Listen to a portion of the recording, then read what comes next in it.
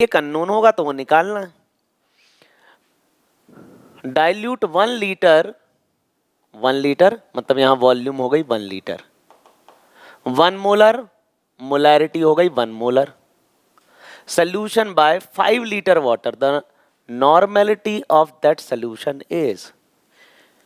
अब देखो यहां पर क्या किया, हमने एक सोल्यूशन लिया जो है 1 लीटर, मतलब इसका जो V1 है वो हो गया 1 लीटर, और इसका जो M1 हो गया वो हो गया 1 मोलर। अब इसमें हमने वाटर ऐड किया, उसने बोला है dilute 1 litre 1 molar solution of H2SO4 by 5 litre. अब समझना बात को, अब उसने कहा है कि भाई 1 लीटर 1 मोलर H2SO4 में 5 लीटर वाटर ऐड किया गया है, डाइल्यूटेड बाय, मतलब 5 लीटर और ऐड कर दिया गया, 5 लीटर और ऐड कर दिया गया, तो यहाँ पर ये टोटल हो गया 6 लीटर। मतलब अब V2 क्या हो जाएगा 6 लीटर, और यहाँ पर M2 क्या होगा वो हम निकाल लेंगे, M1V1 is equal to M2V2। ये डाइल्यूशन का फॉर्मूला है। भाई हम किसी एसिड को डाइल्यूट करें, बेस को डाइल्यूट करें, तो वहाँ फॉर्मूला लगेगा M1V1 इक्वल टू M2V2।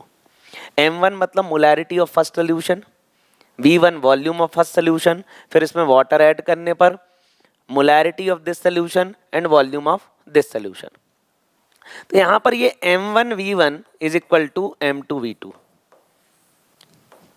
ये ठीक रसना बनाने जैसा है, रूह अफ़ज़ा बनाने जैसा है।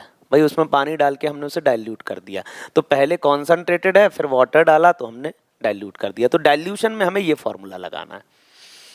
तो M1 क्या हो गया 1, V1 हो गया 1 लीटर, M2 क्या है निकालना है, और V2 हो जाएगा 6 लीटर।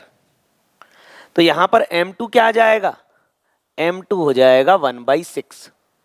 लेकिन हमें मोलैरिटी नहीं पूछी, हमें नॉर्मेलिटी पूछी है, और नॉर्मेलिटी का फॉर्मूला होता है मोलैरिटी इनटू वैलेंसी फैक्टर। हमें क्या निकालना है, नॉर्मेलिटी निकालना है। तो अब देखो नॉर्मेलिटी निकालना है, मोलैरिटी क्या हो गया 1/6, और वैलेंसी फैक्टर H2SO4 का क्या हो जाएगा 2, तो इसको हम कैंसिल कर देंगे, तो नॉर्मेलिटी आ जाएगी 1/3, 1/3 0.33। तो नॉर्मेलिटी होता है मोलैरिटी इनटू वैलेंसी फैक्टर, और वैलेंसी फैक्टर होता है number of H positive given by acid.